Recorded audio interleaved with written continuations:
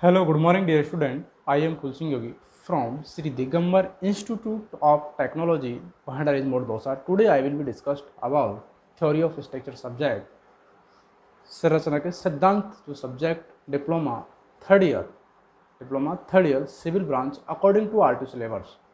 अपन video में discuss कर रहे हैं कि आप प्रीवियस वीडियो जो चल रहे थे उनमें डिस्कस किया था स्लॉप और डिफ्लेक्शन के बारे में कि आपका जो स्लॉप होता है और डिफ्लेक्शन जो होता है वो कितना होता है, किस टाइप की बीम है, किस तरीके का लोड उस पर लगा हुआ है।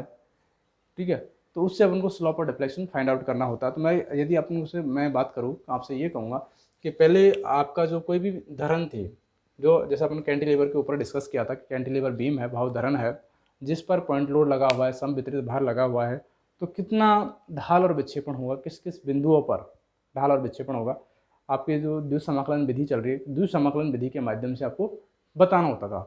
तो अपन पहला यदि आप ये कहूँगा कि आपने कैंटिलीवर कर लिया, अब शुद्ध आलम्बित धरन की बात करेंगे। जैसे क्वेश्चन में आपको मेंशन किया है कि द्वितीय समाकलन विधि द्वारा शुद्ध आलम्बित धरन, सिंपली सपोर्टेड आपकी कोई बीम है, शुद्ध आलम्बित धरन में ढाल तथा विक्षेपण जब केंद्र पर W भार कार्यरत हो, यानी कि आपके सेंटर बिंदु है माना C बिंदु, इस पर जो आपका फोर्स लगा हुआ है वो क्या है, W लोड लगा हुआ है। कितना लगा हुआ है, W लोड यहाँ पर मेंशन किया गया है। और आपके इधर L/2, इधर भी डिस्टेंस L/2, क्योंकि सेंटर पर लगा हुआ टोटल डिस्टेंस आपकी कितनी होती है, L होती है, टोटल डिस्टेंस L होती है। आपको सर्वप्रथम इस टाइप पे अगर आपको फाइंड आउट करना, ढाल तथा विक्षेपण ज्ञात करना है, तो आपको प्रतिक्रियाएं ज्ञात करनी पड़ेगी। क्या प्रतिक्रियाएं ज्ञात करनी पड़ेगी। तो आपने प्रीवियस वीडियो के अंदर काफ़ी क्वेश्चन किए हैं। जैसे अगर मैं सेकेंड ईयर की बात करूँ, डिप्लोमा सेकेंड ईयर, ठीक है, तो वहाँ पर आपने SFD BMD वाला चैप्टर पढ़ा था। तो आपको प्रतिक्रिया अगर आपको याद करने के लिए कहें तो सिंपली सपोर्टेड बीम है और W लोड लगा हुआ है, वो सेंटर पर लगा हुआ है, तो आपको दिख रहा है कि जो प्रतिक्रिया उन पर क्या है, जो W का मान है वो समान रूप से बटेगा कि सेंटर में लगा हुआ है।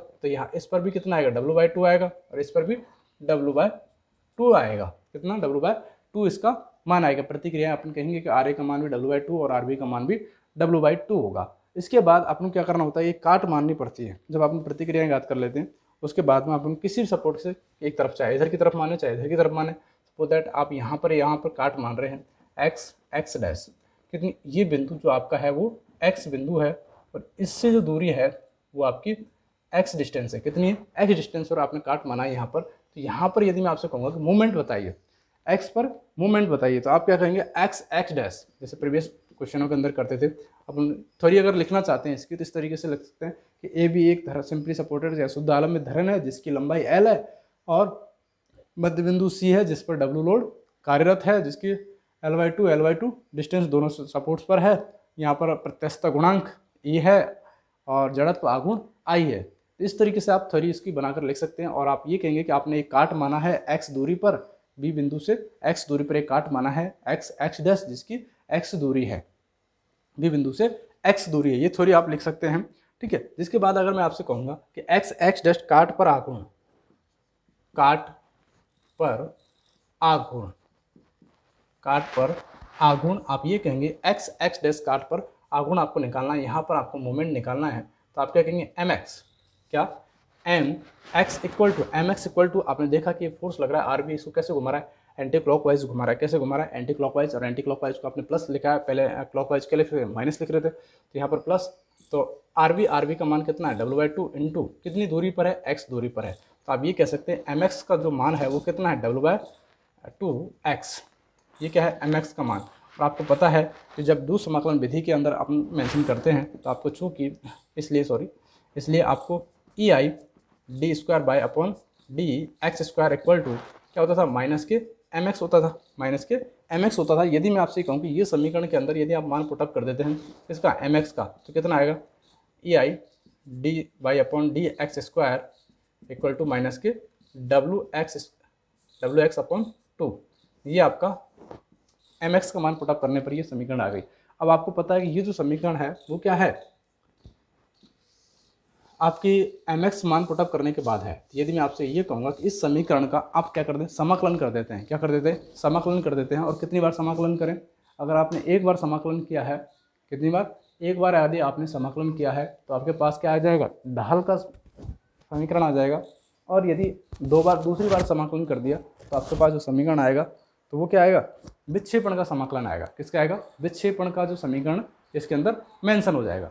तो अगर मैं पहली बात करूँ कि इसका समीकरण, सपोज इसको समीकरण नंबर 1 दे देते हैं, क्या समीकरण नंबर 1 दे देते हैं, और आप ये कहेंगे समीकरण 1 का समाकलन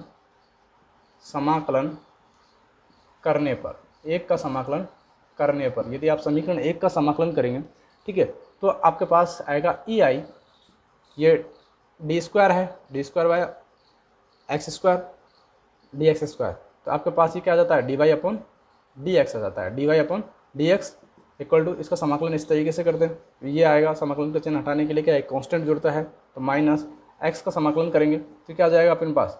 W x square by 2 already है, और 2 से इसका 2 और आ जाएगा, ये कितना हो जाएगा? 4 हो जाएगा। कितना हो जाएगा? 4 कांस्टेंट ऐड हो जाएगा, क्या? C1, ठीक है। ये समीकरण नंबर इसको 2 दे देंगे, समीकरण नंबर 2, और आप ये कहेंगे कि समीकरण 2 का फिर से समाकलन कर दें, समीकरण 2 का समाकलन, फिर से क्या करेंगे? समीकरण 2 का समाकलन, द्वितीय बार समाकलन करेंगे, द्वितीय बार समाकलन किसका? फर्स्ट समीकरण का, और इसको करेंगे दोबारा समीकरण, समाकलन करने पर यदि आप कर रहे हैं तो ये क्या आएगा? ई आई बाई माइनस के डब्लू एक्स की पावर कितनी हो जाएगी? 3 अपॉन 3 नीचे आएगा तो 12 6 4 तिया 12 प्लस C1 के साथ क्या है? 1 है, तो एक का क्या होता है? x प्लस इसे कितना हो जाएगा? Constant C2।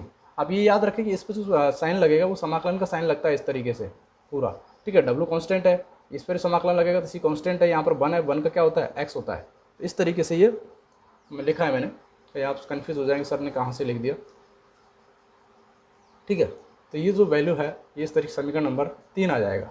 क्या जाएगा? समीकरण नंबर 3। तो आप ये कहेंगे कि समीकरण 2 और 3 में आपके जो कांस्टेंट आए हैं, ठीक है, कौन से? C1 और C2 जो आया आपके पास, इनका मान फाइंड आउट करेंगे। C1 का मान कितना होगा, C2 का मान कितना होगा, ये शर्तों से पता चलेगा अपन को। किससे पता चलेगा? शर्तों से पता चलेगा। सपोज दैट मैं आपसे ये कह दूँ कि आपकी जो धरण है वो किस तरीके से डिफ्लेक्ट होगी, इस तरीके से, ठीक है। तो यहाँ पर मैं इस पॉइंटों की मैं बात करूँगा, इन ए और बी पॉइंट पर यहाँ पर जो विक्षेपण है वो क्या होगा? 0 होगा, क्योंकि इसकी प्रारंभिक अवस्था और अंतिम अवस्था के बीच की जो डिस्टेंस है, जो दूरी है वो क्या है? सेम है, वहीं पर है।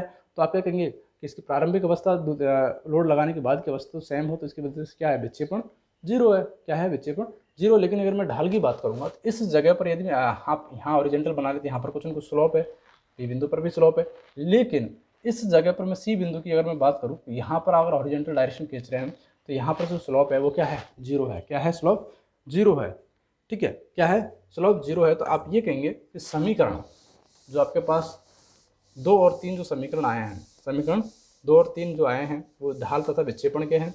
किसके हैं? ढाल तथा विक्षेपण के हैं। तो यदि आपसे ये कहें कि जब शर्तें आकर, अगर आपको पता है कि शर्त क्या है, शर्तें अगर मैं अप्लाई करूँ क्या, कि जब x बराबर L/2, यानी आप ये कहें कि x बराबर क्या है? L/2 है, x बराबर L/2 दूरी पर, L/2 बिंदु कौन सा? C आ जाता है। यहाँ पर यदि आप क्या कहेंगे? dy upon dx equal to क्या होगा? 0 होगा। क्यों होगा? क्योंकि आपको दिख रहा है कि ढाल बराबर क्या हो रहा है? 0 हो रहा है। तो इसके अंदर समीकरण 2 में मान पुटअप करेंगे। समीकरण 2 से आप क्या करेंगे?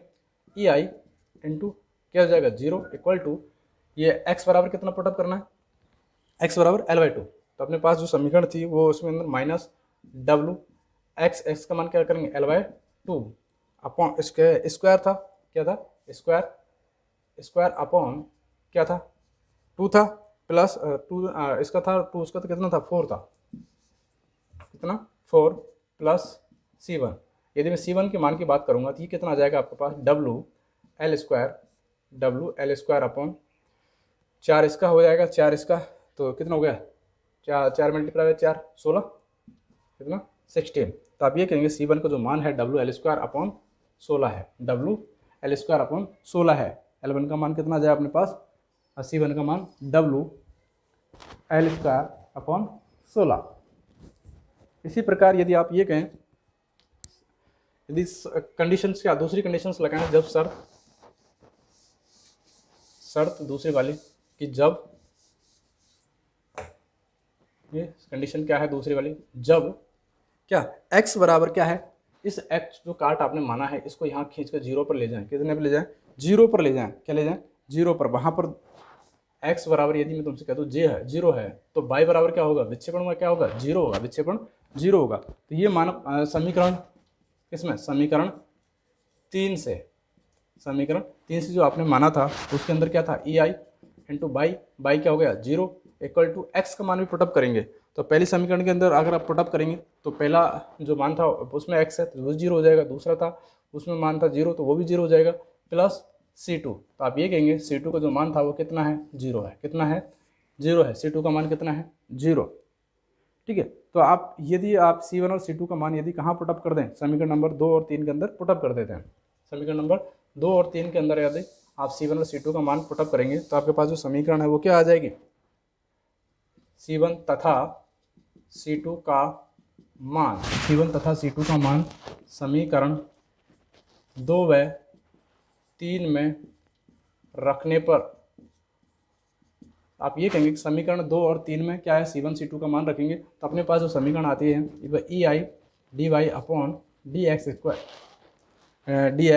इक्वल टू क्या जाएगा, माइनस के W x square upon 4 plus C1 का मान कितना, C1 का जो मान है वो कितना है, W L square upon 16।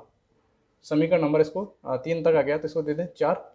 Next समीकरण EI ये क्या था, बाई और इसका जो वैल्यू थी माइनस के कितना था, W एक्स क्यू अपॉन 4 × 12, मैंने शायद 16 कर दिया है, देखना आप एक बार, अगर 16 कर दिया हो तो उसको 12 करना है, क्योंकि मैं नीचे 4 था और नीचे ऊपर से एक्स की स्क्वायर का समाकलन करेंगे तो ये 3 हो जाता है, x3 अपॉन 3, तो ये 12 हो जाता है, 4 × 12, मैं शायद आई थिंक वो 16 कर दिया था, तो देख लेना एक बार। ठीक है, तो ये आपका ये वैल्यू आ जाएगी क्या, W x Q upon 12 plus क्या C1 का मान क्या था, W L square upon 16 into x plus के C2 का वैल्यू कितने, 0। समीकरण नंबर इसको 5। आप ये कहेंगे कि समीकरण 4 व 5, समीकरण 4 व 5 किसको निरूपित करते हैं, ढाल तथा विक्षेपण के व्यापक समीकरण हैं, आपके जो समीकरण 4 और 5 जो है वो ढाल तथा विक्षेपण के क्या हैं, व्यापक समीकरण है, क्या है, व्यापक समीकरण है। यदि आपको व्यापक समीकरण पता चल जाते हैं तो जिस बिंदु पर आपको मान निकालना होता है तो आपको जो काट आपने माना है x, उसका मान पुटअप कर देंगे, उसी बिंदु पर वैल्यू फाइंड आउट कर सकते हैं। जैसे सपोज दैट मैं आपसे ये कह दूं कि बिंदु C पर ढाल तथा विक्षेपण ज्ञात कीजिए, बिंदु C पर ढाल तथा विक्षेपण ज्ञात कीजिए, या फिर बिंदु B पर ज्ञात कीजिए, तो आप किस पर करें, बिंदु B पर करें। तो देखिए आप पहले आप C पर कर लीजिए, चाहे आपके पास समीकरण 5 और इसको रख लेने दीजिए, कोई दिक्कत नहीं है। सपोज दैट शर्तों को मैं यहाँ से मिटा देता हूँ, इसको ऊपर लिखूंगा मैं। जब बिंदु किस पर, B पर ले लेते हैं पहले, बिंदु B पर आपको पता है विक्षेपण तो क्या है, 0 है, बिंदु पर विक्षेपण क्या है, 0 है। बिंदु B पर x बराबर कितना होगा, 0 होगा, x बराबर 0 होगा। तो इसके अंदर मान पुटअप करके देखिए, ऑटोमेटिकली दोनों को पता चल जाएगा। बिंदु B पर क्या है, ढाल तथा विक्षेपण, ये पता लगा आपको EI, ये dy को क्या लिख सकते हैं आप, I लिख सकते हैं थीटा b, या थीटा लिख सकते हैं या I लिख सकते हैं। B बिंदु होने की वजह से इसको मैंने B लिख दिया, क्या लिख दिया, B इक्वल टू x का मान आपके पास क्या है, 0 है, तो ये टर्म्स क्या हो जाएगी, ये वाली टर्म्स 0 हो जाएगी, प्लस ये वाला अपने पास क्या बचा, W L स्क्वायर बाय 16, और कोई है नहीं, तो आपको आई वी बराबर क्या हो जाएगा, W L square upon 16 EI। ये आपका बिंदु B पर क्या होगा, ढाल होगा, बिंदु B पर क्या होगा, ढाल होगा। अगर मैं आपसे कहूँ ये इसी के अंदर मान पुटअप किया है, समीकरण नंबर 4 के अंदर मान पुटअप किया है। यदि मैं तुमसे ये कह दूँ बिंदु B पर आपको क्या निकालना है, विक्षेपण निकालना है, क्या विक्षेपण, तो आपको पता रहेगा EI by B by B, बिंदु बी पर। ठीक है, ये क्या टर्म्स क्या हो जाएगी, जीरो, क्योंकि इसके अंदर एक्स है, एक्स बराबर क्या होता है, जीरो होता है बी बिंदु पर, प्लस इसके अंदर भी क्या है, ये एक्स टर्म्स है, तो ये भी क्या हो जाएगा, जीरो, और आगे कुछ नहीं है, जीरो। तो आप क्या कहेंगे, बाई बी बराबर जीरो, यानी बिंदु बी पर आपका जो विक्षेपण है वो भी क्या होगा, जीरो होगा। क्या होगा, जीरो होगा। इस तरीके से आप वैल्यू बता सकते हैं। यदि आप ये कहें कि बिंदु सी पर, बिंदु सी पर आपको पता लग रहा है कि बिंदु सी पर आपका विक्षेपण का मान कुछ है, मैक्सिमम है, बिंदु सी पर बिंदु विक्षेपण का मान मैक्सिमम है, लेकिन ढाल जो देख रहे हैं आप वहाँ पर वो कितना है, ढाल जीरो है। तो आप सिद्ध कर लेते हैं एक बार, x बराबर क्या है, यहाँ पर बिंदु सी पर x बराबर क्या है, L/2, x बराबर कितना है, L/2, x बराबर कितना है, L/2। ये L/2 यदि आप मान पुटअप करते हैं बिंदु बी पर सी पर विक्षेपण निकालने के लिए, यदि मैं आपसे कहूँगा कि EI/C बराबर, EI/C बराबर क्या होगा अपने पास, माइनस L बराबर WL/2 रखना है बस, WL/2 का क्या, Q अपॉन क्या 12 प्लस क्या WL² अपॉन 16 इंटू x का मान कितना था, L/2 प्लस जीरो है। तो आप इसको सॉल्व करिए और बाई सी की वैल्यू बताइए। बाई सी बराबर इसका लघुत्तम लेंगे आप, और आपके पास ये आएगा 96, एलसीएम इसका 96 आ जाएगा। और 96 आने के बाद में ये WL³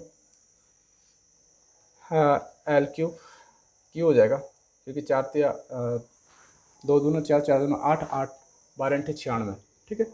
और प्लस इसका कितना 16 दूना 32, 32 तिया 96, 3 WL³, ठीक है। तो आपके पास ये बाई सी की जो वैल्यू आएगी, EI भी है इसमें साथ में, ठीक है।